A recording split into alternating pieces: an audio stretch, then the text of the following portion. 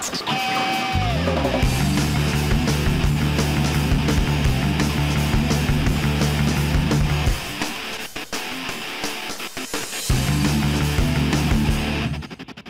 on a high at Anfield in front of our supporters, but there's no getting away from it. You know, come the end of that game, when I get my chance to say goodbye, it will be an emotional time. Well, you'll have to ask Brendan what his next two team selections are going to be, but I want to play every minute possible, of course I do. He'll know that. I think all you people will know that, and that's what I intend to do. I want to put in a good performance personally at the weekend and try and get a win and say goodbye to everyone at Anfield and all the supporters worldwide, but I still feel I want to be involved against Stoke. Well, I'm not really one for attention or focus, and I feel a bit sorry for my teammates this week. Obviously a lot of the tension's on me, and I'm sure it will be at the weekend, but you know, when that whistle goes, it'll all be about the team and the team trying to get 3 points. So all I can do is apologise if I've took any attention away from all the players. It's never been my intention to grab any glory or attention all alone. I'm aware it's all about the team at this club, and you know, from day one I've always tried to pull in the right direction for the team. Unfortunately this weekend it's only normal after 17 years that the attention falls on me, but I apologise for it. No, I think it'll be the supporters as a whole.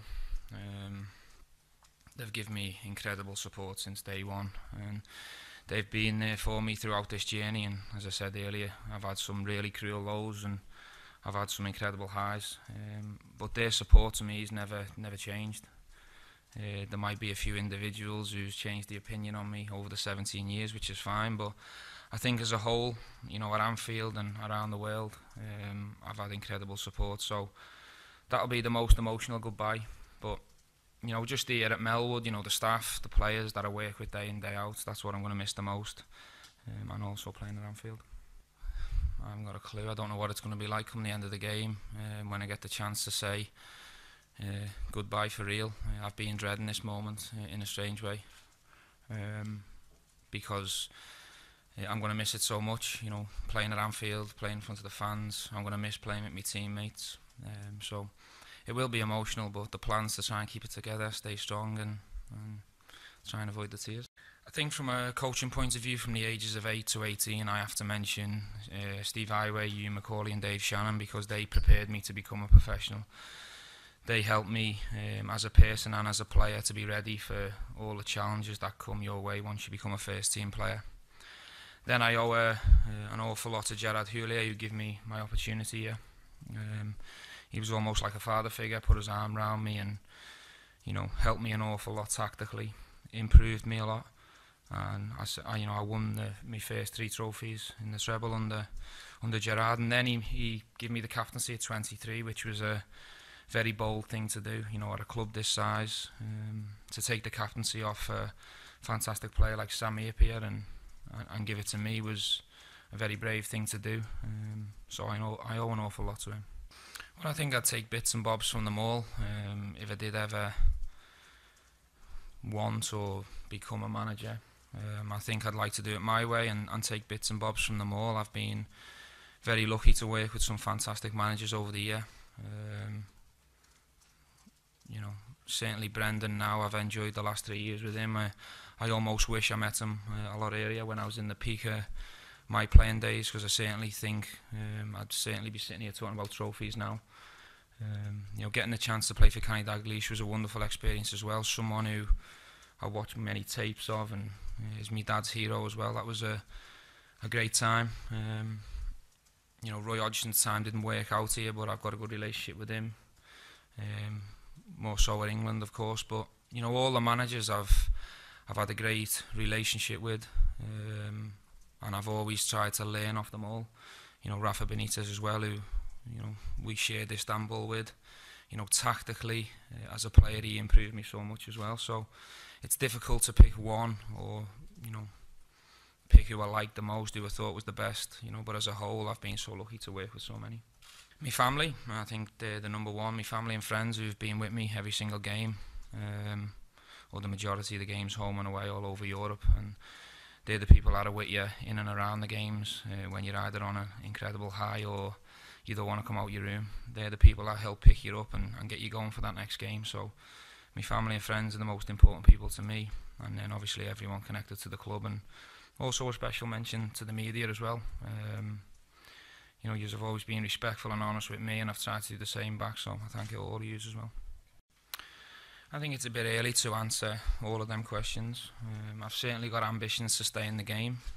I'm currently taking out my UEFA coaching badges and trying to progress up that ladder, but I think to take a position or a role at this football club, first and foremost, you have to be good enough.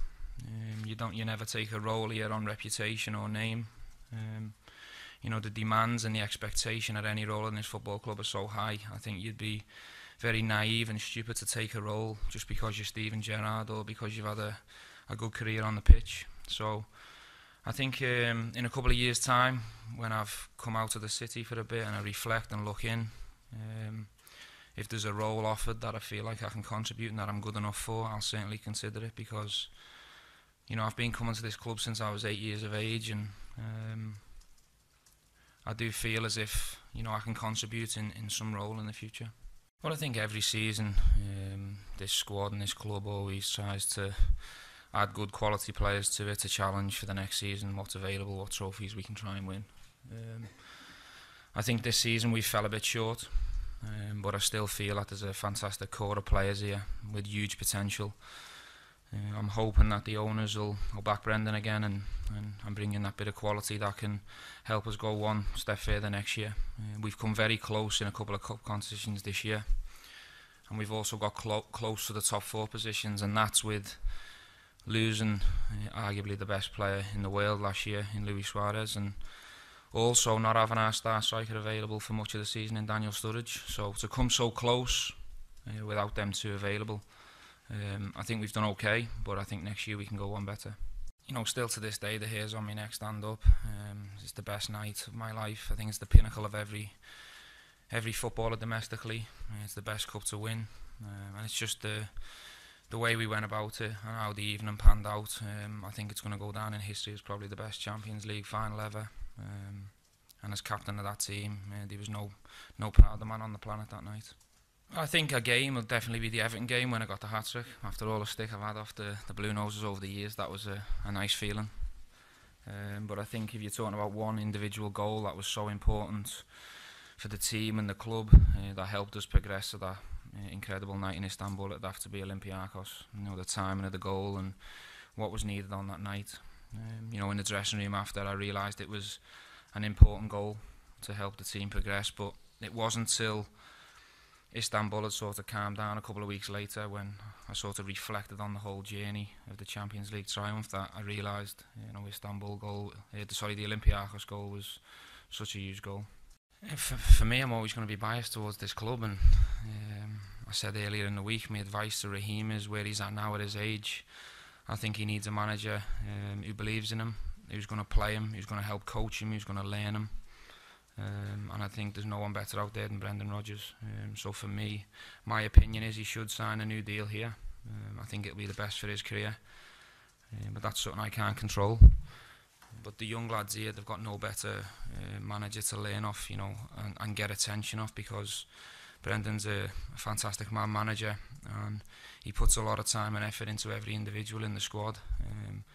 I think the danger for these younger players is they want it all too soon, and they chase it, and they become one of a number if they go to any other club, and they don't get that attention or that love or that care that they'll get here at Liverpool.